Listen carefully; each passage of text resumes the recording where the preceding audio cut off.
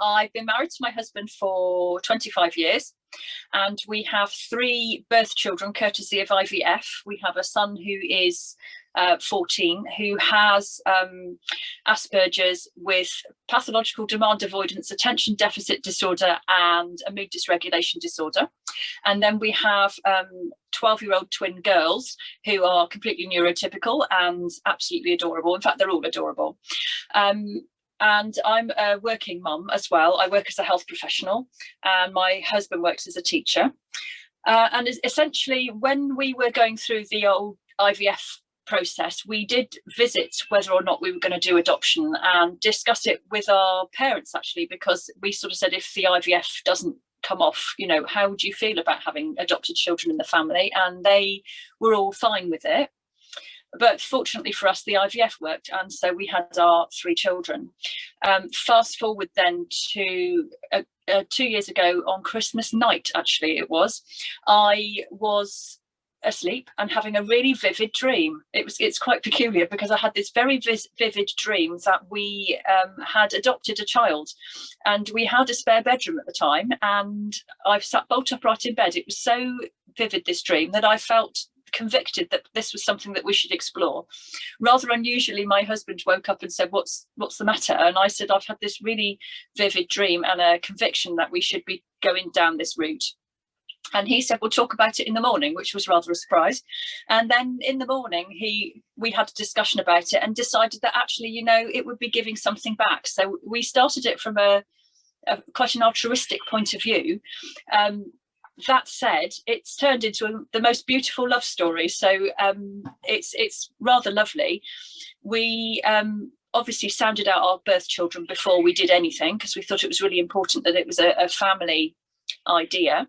And in fact, I told my parents that this was something we were having a dalliance with, and expected to get wrapped knuckles and told not to be so silly, having my life already been quite busy. And they all just said, what a wonderful idea. So it sort of snowballed relatively quickly. When we got as far as New Year, I rang Adopt Southwest and another agency as well, just to sort of make an inquiry. And at that point, I didn't know anything really about adoption, apart from the sort of children that might be adopted, I guess, from my professional point of view. I work with families where children, sadly, are not able to stay with their birth families for many reasons, really. And so that's why I had awareness of the fact that this was a job that someone needed to be doing, and that we thought we had the capacity, and therefore that's something that we could do to help someone out. And so they gave us some information. We attended, or I attended rather, a sort of an introduction meeting where I had an adoptive parent come talk, and talk to some social workers. And then I did my register of interest form, my husband and I. And before we knew it, we were on the adoption pathway. When we got to our stage 1 training, I remember we were sitting in the room. It was quite a small group, and they were talking about the types of children that are available for adoption, and talking about the sort of children that are more difficult to place, perhaps. And one of the groups that they were talking about was siblings, and we'd never entertained siblings as an idea, really, because we already had the 3 birth children. And also because we thought, actually quite wrongly, that because of our age being late 40s, we would be told that we couldn't have more than 1 5-year-old or something like that. We sort of came into it with a preconceived idea. We wouldn't be allowed. But in fact, after a lot of discussion, we decided that in a lot of ways, sibling groups are easier, in as much as they've always got each other. And certainly in our family, when we have the birth children, we felt that if we had 3 birth children and then 1 adopted child, that child might be, I'm the only one that's adopted. And also because the age gap would have been quite large between our birth children and the adopted child, we sort of felt that they would be like an only child, really, which is sort of sad. So being as how sibling groups are perhaps more difficult to place, we spoke to our social workers and said, we're contemplating doing a sibling group. And we were at the time doing a loft conversion, which would make more bedroom space. So that's how we decided to move forward at looking at sibling groups. And I'm not sorry that we did. It's left us very busy because we now have 5 children, but we are really very excited and thrilled to have been part of the process. And I can't tell you how much we love our adopted babies. We'll have to tell you, hand on heart, it is really absolutely no different to our birth children. And that was fairly unexpected for us. We didn't know how we were going to feel when it happened. We knew we had the capacity to love children and the willingness to love children. What we didn't know was quite how bowled over we were going to be, and how much we were going to love these children in an instant, really. So it's all ended up being rather beautiful. We're a very happy family. With regard to the type of adoption, we came into it not really realising the different sorts of adoptions. So that's something that we were taught on our stage 1 training. Whether or not to do foster to adoption was obviously something that we had to do some discussion about because of the risks, not only to our hearts, but to our birth children's hearts. But all along the process, we did discuss with them. They concluded that if the children, actually bless them, they said even if the children came to us for a short period of time and then went somewhere else, at least would have given them a good start and a happy home in the time that the courts were trying to sort out what to do, which I thought was very laudable for 3 tweens to be talking about in that way. The children that we've ended up with, we actually had one via the traditional route and the sibling via foster to adoption. The reason that came about was that when we were approved for a sibling group of 2 under the age of 8, we looked for quite a long time on Linkmaker at our local sort of children, the ones that Adopt Southwest let you look at in the initial instance. And there wasn't a lot that was really looking very suitable for us, or that we felt very strongly that was the right set of children for us. And we went away on holiday, and while we were away on holiday, I said to my husband, I wonder if we're looking at this the wrong way round. I wonder whether what we really need to do is look for one little child, because actually, very sadly, in safeguarding circles, quite often the birth parents go on to have more children, and then the social services are again looking to place the second sibling.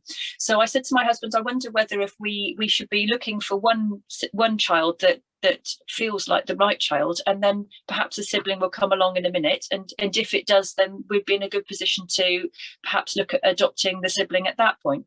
So unbeknownst to our social worker, I clicked on express an interest on a particular little boy who, as a family, we looked at and thought he's adorable, and his profile looked quite interesting to us and sort of like what we were looking for. And within 24 hours of clicking that interest, I had my social worker on the phone saying, what were you doing clicking an interest on a single baby? And I just said to her what I've just said to you. And she said, well, what you can't have known is that mum of this particular child is pregnant and about to have another baby, a little girl. She said, and I'd already put your name forward as a potential family for this these couple of siblings to go to. But obviously the courts, being an unborn baby, the courts hadn't really sorted out what they were going to be doing with her. Although everybody in the social services felt very strongly that it was likely that she would go down the adoption route also, because she was only 11 months younger than her older brother, and the chances of the parents since his placement order had been granted. So we then proceeded forth with the little boy and said that we would certainly be very interested in having a little girl should she become under a placement order. And so that's how we kind of begun. And what in the end happened was the little girl who was meant to come to us initially from birth on a foster to adopt placement never came to us from birth at all. And that was probably the hardest thing, because we got as far as the hospital. The mum delivered, the hospital were ready to discharge the little girl. The social workers phoned us and said, get in your car and go to the hospital. We'd prepared a nursery. We'd delayed having the little boy because we wanted to settle new baby in first and then have him later. So the cot was empty and we were good to go. We got in the car, and half an hour later, before we'd even arrived at the hospital, we had a phone call again from the social worker saying, please stand down. The court guardian has said that she thinks that this baby needs to go into an emergency foster placement because they feel that there's a strong chance that mum might go to a mum and baby placement, and therefore we don't want to send her to you, and we want to settle the little boy first. So to us, that was very devastating. And I remember it was really difficult to go and collect my children, my big kids, from school, because when they'd gone to school in the morning, they knew they would come home to their new baby sister, who would be coming to us as a foster child. And I remember going to pick them up in the playground and having to tell them that we weren't having a baby. And that was really difficult. It was like telling them like somebody had died. It was absolutely awful, and took us as a family quite a little while to pull ourselves together. I think it took us a good week to sort of pull ourselves together and say, now hang on a minute, nobody said she's not coming at all, and if she was coming, it was possibly only going to be for a period of time. But the little boy was already under a placement order, and already we were working towards matching with him, and really we should remove our focus from what we haven't got at the moment with her to focusing on him, because he still very much needed a family, and we concluded that we were going to have him whether we ended up with her or not. So what we did was we removed our focus from her, went hell for leather on having him, and he joined us in November 2018. Yeah, it would be 2018. And he was 13 months old at the time. We did our transition with him and settled him in, and the courts were still going on with their discussions about what to do with her. Eventually, she got a placement order granted by the courts in the March of 2019, but obviously we were into, no, that was 2020, and we were into COVID then. And so she couldn't come to us until the initial lockdown started to lift a bit, and she eventually got to us in May of last year. Sorry, I think he came in November of 19, not 18. And she came to us in May of 20. So we have eventually got them together, and I'm happy to say they have a completely normal sibling relationship where sometimes they love each other to pieces and will share food and make sure each other have got drinks and toys and things, and the next minute they're boshing each other on the head with their favourite toy. So they're very, very normal, happy siblings, and we're delighted that we've been able to keep them together. It's been a real bonus for us. With regard to contact with the birth parents, I had originally met them just before we had our little boy in our care. I went to meet them with the social worker and found them to be very pleasant and very open. It was a really useful experience. I know people worry about doing that a lot. It didn't bother me because professionally speaking, I deal with the families on these proceedings a lot. So I was not frightened by seeing them, and I don't think people should be, because in the end, most of these people are not actively, maliciously hurting their babies. Most of them are people that for whatever reason haven't got the support, or have made bad decisions, or have lifestyle decisions that they made a long time ago that are incredibly difficult to go back on now. They're not nasty, evil, wicked people. They're just people, and they are they love their children, they want their children, and they want their children to be safe. So for them, it's a really useful experience to meet you. For you, it's a really good experience to be able to ask them all sorts of things, like what do you like to eat, what sort of music were you listening to when you were expecting the baby, why have you called them what you've called them, what are your hopes and dreams for these children, what do you want to achieve, what would you love to hear that they've achieved in their lives, that kind of thing. And it was a really useful experience. I came away from that feeling that it was very worthwhile. My husband hadn't come with me on that occasion. He had a little bit of mixed feelings, and he was having some issues with his managers letting him have time off work. So we agreed at the time it would just be me that met them, and that, you know, that would be that. Anyway, fast forward to when we had the little girl placed with us. She came to us in the May. She had a placement order. I think they decided she was going up for adoption, but they hadn't made the final judgment on things, and therefore there was still contact meetings to have with birth mother. Birth father hadn't really had much to do with the little girl, because I think his mental health following the removal of the little boy had been such that he felt that he wasn't able to invest in her because he would only be hurt again. So he hadn't really seen her a lot and had disconnected quite a lot from that situation, despite still being with the birth mother and being the birth father of both of the children. So initially, when the contact was set up, it was set up with just the birth mother. Because of the COVID lockdown, we weren't allowed at the time to have face-to-face contact in person with them because of COVID. And it was decided that this would happen via video link. So it was all done on my mobile phone from my bedroom. That was meant to be the little girl, but not the little boy, because his placement order and everything had been sorted out already. So I used to just disappear up to my bedroom several times a week with the little girl and a basket of toys, and sit and have a meeting via, I can't remember what we used now, it was like a Zoom meeting with the birth mother. And it was actually really lovely, because babies at 8 months old actually don't converse with you on the phone or on the video. So it was very difficult for the birth mother to engage with the baby for more than a couple of minutes, but she was allowed to have quite a long phone call. So I found myself chatting to her quite a lot. And she was very open and very pleasant, actually. I really quite liked the girl. She was not a suitable parent for sure, but it was very clear to me that she planned the babies, she wanted the babies, and she loved the babies. And she did her best to try and engage with the babies. And I think that so I got talking with her, and she was very open with me, and I found I learned an awful lot about her and her likes and dislikes in her life.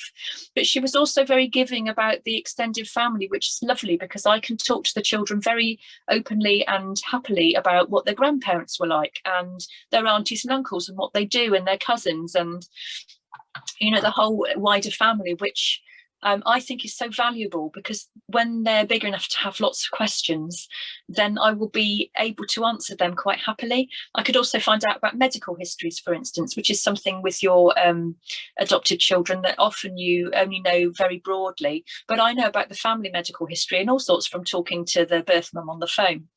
As time moved on with the video contact, it became clear to me that the birth mum wasn't always on her own, and I knew that she was still with the birth father. So at one point I asked whether he was there, and initially she was denying that he was in the room, because I think she thought that she'd get into trouble with him being there. But after a while she let me know that he was there, and I spoke to my social worker about it and said, do you know what, I don't mind him being there, as long as he's not being horrible to her or taking over the phone or upsetting the baby. I'm more than happy for him to be there, because it's his birth daughter, and he he will always be her birth dad. It's for him to be able to see her and have contact with her, and I would like that he could be included in contact in one way or another. So I got chatting with him as well. And again, he, like the birth mother, is not suitable to parent in any way, shape or form, but that doesn't make him an evil person. And they have not knowingly and deliberately harmed any children. So I thought that it was fine to do. So I sort of got quite fond of them, as I almost wanted to sort of parent them as well, really. Later on, the lockdown thing eased a bit, and we were told that we could go back to doing some face-to-face contact with the little girl and birth mum, but not birth dad. And they had suggested that someone would come and collect the child, the baby, and take her to a place, probably 25 miles from my house, because that was sort of middle ground from where the birth parents lived, and they would take the baby to a place where they would meet with the birth mother and then bring her back. Now, bear in mind that this baby by this time was about 10 or 11 months old. She hadn't seen her birth father in her living memory at all, because I think she'd seen him previously at Christmas time. The birth mother she'd not seen since February because of the lockdown, and she'd become very close to me. And I said to the social workers, I'm really very unhappy that someone's going to come and take her from me and drive 25 miles, which takes an hour because the road's not great, to somewhere to be with people that she is unfamiliar with, in a setting that she's unfamiliar with, and then bring her back to me. I felt that she would be very distressed. I agreed that she should see her birth mother, but wasn't happy to let her go without me. So I suggested that maybe I could transport her to the place where they were going to meet with the birth mother, so that she would have me while we were in the car, and that maybe I could sit outside the room or outside the building. So if she became very distressed during the contact, that I could, that the worker would call the contact to a finish, and I would then be able to take her back and comfort her. And so that's what I thought was going to happen. Next thing I know, the social workers are saying, well, are you happy with that plan? And I said yes. And they then booked a room for me to go and meet with the birth mother and the baby. So we trolleyed off in the car to the building 25 miles away, and I got the setting, and really weren't going to be anybody using the contact except for me. Now that, because of my professional background, and because I've gotten to know the birth mother really well via the video calls, that actually didn't bother me at all. In fact, I thought in a lot of ways it would be a much more of a normal sort of a setting. So it was actually quite delightful, because the birth mother was very pleased to see her baby, but also very pleased to see me by then. And we sort of had a little carpet picnic in the room once a week for several weeks in a row. And it was just a really nice interactive time where we bought some food, which we shared for lunch. She fed the little girl, but she was happy for birth mum to do that, because I was there saying it was okay. And birth mum played with her and we chatted, and they were quite nice contact meetings, actually. I think we got quite fond of each other. When it came that the final meeting happened, it wasn't a new one on the birth mother, because this was her baby number 4. It was the birth dad's baby number 2. So she sent the baby away with lots of presents, and in fact her final meeting with her birth parents was on her first birthday. And we had a little birthday party in the contact centre, and very delightfully the birth father did agree to come to that, and it was so lovely to meet him, because he had been so upset by the whole thing and feeling that he couldn't join in, and we were able to say to him, but you know, you will always be her dad to us, you know, we will always talk about you, you will always be her dad, we will always keep contact with you, that's not going to change. And you could almost see lifting from him the stress and the pressure, and his mood lifted. And in fact, he got on quite well with us as well. It was quite a pleasant interlude. We sort of had a little birthday party with cake and balloons and presents and things, and they'd wrapped up gifts for the little boy, whose birthday would have been almost a month later, his second birthday. And it was really pleasant, and we took loads and loads of pictures, which I know the social worker has kept copies of on a file, so that should the birth parents want to see them later, they can, or have copies of things later, they can, if that's okay with our adoptive children and all the different parties. But we also took lots of pictures which we can show to the children as they get older as well, which is rather nice.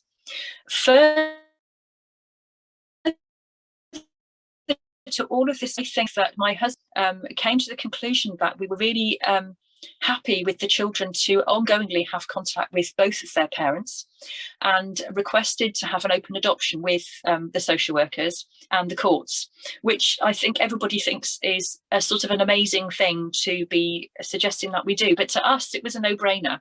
We felt that a lot of adopted children often wonder about their roots and feel like running away to find their birth parents when they get to a certain age. And we kind of felt that if the children had already understood that sort of thing, that you know, that they've met their birth parents before, and that they, you know, they wouldn't have to be very old before they could see why their birth parents weren't able to parent them, but would also be able to see that their birth parents love them. So we thought that it'd be really valuable for them. And so the courts have granted us an open adoption, whereby we are doing a letterbox contact in the November of every year, which includes photographs and a letter, and we'll probably send Christmas cards and little bits and pieces from the children to their birth parents for Christmas. And then in the May of every year, May half term, we've agreed to meet up with certainly the birth mother, and hopefully down the years with the birth father, just for an hour or two in the middle of the day in a public setting, like on the beach or something like that, or a park, have a picnic and a catch up, so that the birth parents can always see their children growing and being happy, and the children can meet their birth parents and allay some of those fears and some of those questions. And that will continue as long as all parties are happy to do it. So what we've said is we're happy to facilitate it. If the children at any point turn around and say they don't want to go, or they appear to be very distressed about going, then obviously we'll pull the plug on it and not do it, because the object of the game is not to distress the children just for the sake of the parents. But we feel that for all parties concerned into the future, it's going to make them the happiest, it's the best outcome for the parents and for the babies. And in the meantime, we're really happy getting on with life, just being mama and dada, and having a really busy life. So that's how it was for us. I think that's rather an unusual outcome, but an outcome I think that is right and proper and should be explored by a good deal more adoptive families for the sake of the children and of the birth parents, actually, unless the birth parents are dangerous to the children or significant trauma has been caused to the children and would be caused to the children by seeing them again. I think it should be explored as an idea for a lot of adoptive families. Having an open adoption is an unusual thing these days, and I think that people thought that it was quite an amazing thing that we were doing, but actually I don't think it ought to be as unusual as that. I think that there are many birth parents out there that are not dangerous to their children, they just are not able to safely parent, that they love their children, and the children will want to know who they are.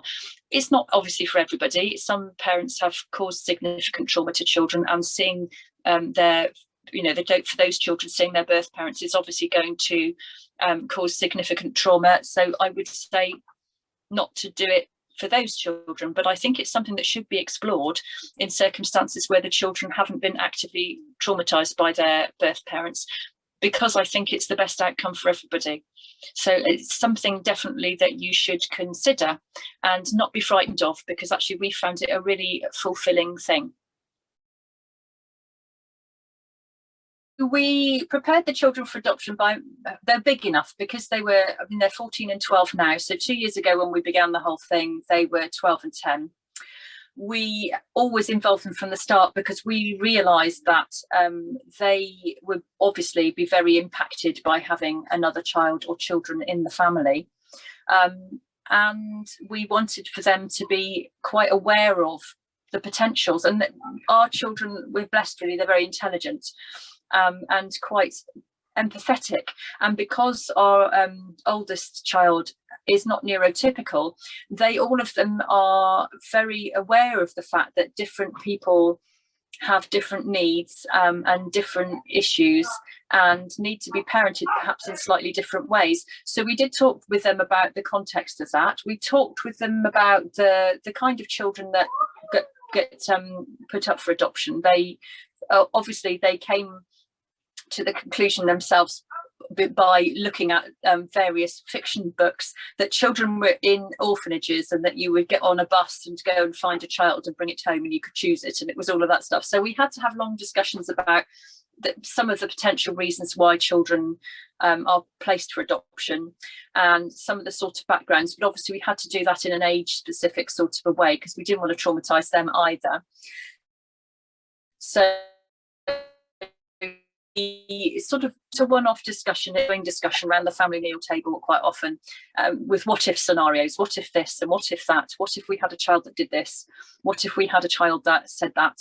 That they might come from a very different background, and it might be difficult for them to settle. They might come on a foster to adopt and come for a short period of time and then go away. We basically talked about all different scenarios with them, and I think that they concluded that they would still be really up for it.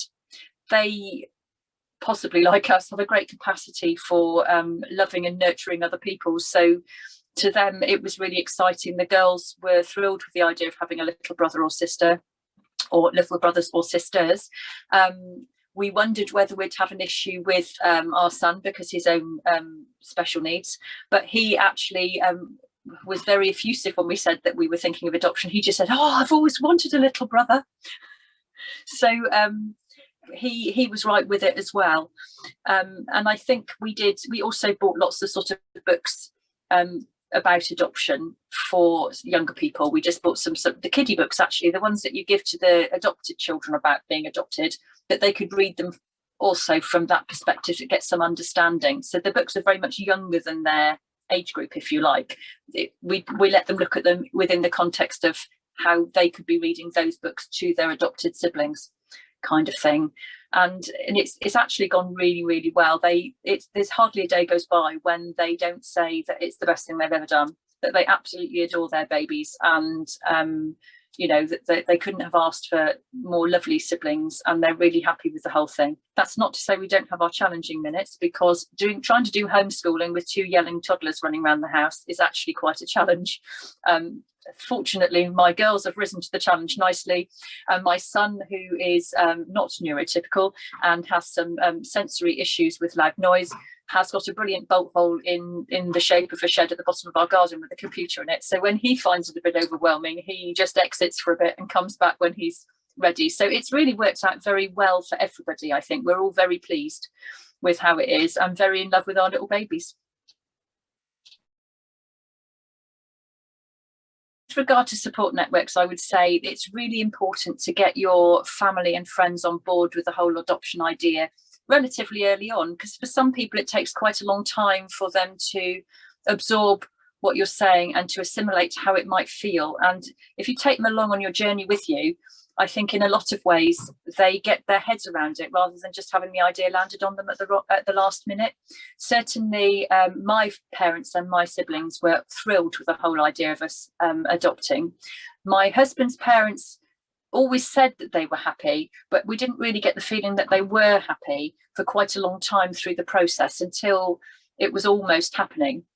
And I think that was just because they were concerned for us. It wasn't because they were anti the babies. I think they were just concerned about the fact that we were older parents and that we were taking on more, and did we really know what we were getting into, and all that sort of thing. And of course we had kept on saying to them, yes, we do know what we're getting into, but they were sort of concerned for us. That said, I have to say that this very second they clapped eyes on the babies, they completely fell in love as well, and they are really lovely grandparents. With regard to support networks, obviously it's been a bit tricky during COVID to actually use our support networks in the way that we wanted. I had visions of spending my adoption leave going around and visiting my mum, or going out for coffee with friends, or spending time at the soft play with other mums, all the sort of things, going to groups and that kind of thing. And obviously none of that has been able to happen. So that's sort of disappointing. Having said that, we've still been able to use our support network a lot, because I think what everybody's done during the COVID lockdowns is learn how to use social media quite a lot. And so we have family support groups that we have, that we talk daily with my siblings. In a funny sort of way, I talk with them more frequently now than I did before the COVID crisis, because we now talk daily on the media, like a WhatsApp group kind of thing, and we can send pictures and bits of videos to people that we care about on closed and safe forums. So we've used them in that way. Sadly, not seen a lot of them in person, and sadly during the summer when we did see the grandparents, the children actually, the babies, socially distanced. It's quite sad that they kind of have grown up with the whole socially distanced thing, and were quite circumspect around the people that they hadn't seen, and that included our parents, which was a little sad. And they were just getting their heads around having grandparents again when we had another lockdown and then another lockdown. So it's been a bit tricky with the COVID thing going on. However, I would urge you all to make sure that you have a good support network, because even if it's just on the phone, or via WhatsApp or text or something, just somebody that you can have a cry out, because it's not always easy. Taking on your own children, your own birth children, is not easy. Taking on someone else's children is not easy either. And these children aren't all straightforward. No children are all straightforward. And even we have had days as experienced parents, and babies who fortunately are turning out to be very normal, in inverted commas, they still are quite challenging at times, you know, when they're awake a lot at night and they're waking each other up, or if they're grumpy or teething or got a tummy ache or whatever. We have odd days where you get as far as mid-afternoon and you're on your knees. So that's the time when you really need to lean on each other if you're part of a couple, and your wider family and friends group, just for some moral support, really, and for someone else to say, no, this is okay, this is normal, we had this trouble with our children, because these children are just children. All children have challenging minutes. These children potentially could have more challenging minutes than others, but hopefully you're not taking on more than you are going to be able to deal with, and working quite closely in collaboration with your social worker will inform you and your social worker about what you're able to take on and what you're not. So use your support networks, your family, your friends, but also use wider support networks. There's Facebook chat pages I follow, the Adopters Facebook page, the Therapeutic Parents Facebook page. I don't have to write to them very much, but it's just nice to read that other people are doing the same thing as you and make you feel that it's not just you having the issues that you're having. So do use all those things, and as soon as the lockdown is over, get yourself out there, meet people, because being a parent, especially if it's for the first time, can be very isolating. So get yourself out there, go to groups, meet up with friends in the park, see your family, that kind of thing, just as soon as you're able. That will be really valuable to you for the future of your mental health. When we started the adoption process, we had originally thought that we would be adopting one child. When we went to our stage 1 training, they were talking to us about the types of children that would be placed for adoption and the types of children that are more difficult to place with adoptive families. I think they were mentioning people from ethnic backgrounds. They were mentioning boys are often more difficult to adopt. Obviously, children over a certain age, because lots of adopters want babies. And sibling groups was one of the groups that they were talking about.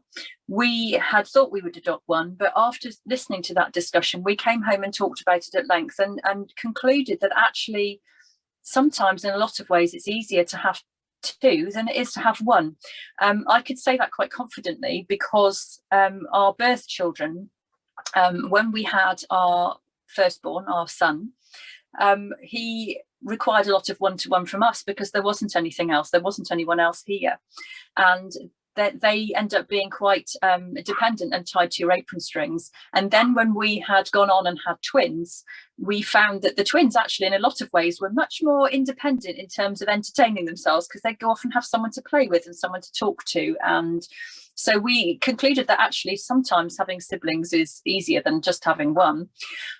Also in our family, we were aware of the fact that the birth children and the adopted children could potentially have quite a large age gap, and that if we'd only had the one, it might mean that they were quite a standalone child, like an only child, and that might lead them to feel like they were different or separate in some way. We didn't want to ever have the line, I'm the only one that was adopted, or you don't understand, nobody understands me because I'm the only one that's adopted kind of discussion. So that kind of factored in. And also because for them it's nice if they've got somebody with a shared background and a shared history. If that can happen, that's wonderful for them. And finally, the other reason really is also that for the birth parents, it's the thing that they're together. I know that certainly in our circumstances, birth mum obviously wanted to keep her daughter, even though her son had already been placed with us. And up to a certain point in the court proceedings, she was contesting the adoption of the daughter. But once we'd done all our video contacts and our face-to-face contacts with her, and she'd gotten to know us, and we talked about the little girl in the context of being with her brother, and rather delightfully, right towards the end of proceedings, she stood down in a very brave and selfless way. She wrote a statement to the court that said, while I love my daughter and I would always want my daughter to come and live with me, I recognise that this is unlikely to happen at this stage, and really I want her to stay with Amber, because actually I know that she's with her brother and I know that they love each other. and I know that she would be happy with her brother. And I thought that was a really big and brave thing for her to say under those circumstances. And I really, she deserves a medal for having said so, because it was a time when she really genuinely put the children and their needs and their wants first. So hats off to her for saying that. But that is, you know, kind of the reasons why it's better for the parents, the birth parents, to know their kids are together. It's better for the children to be together, and it's better for them to not be alone and have some shared history with somebody. So we are very glad that we've had siblings.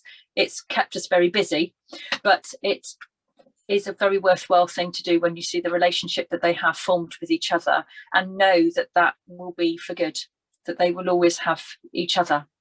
And, you know, one day when we're not here, they'll have each other.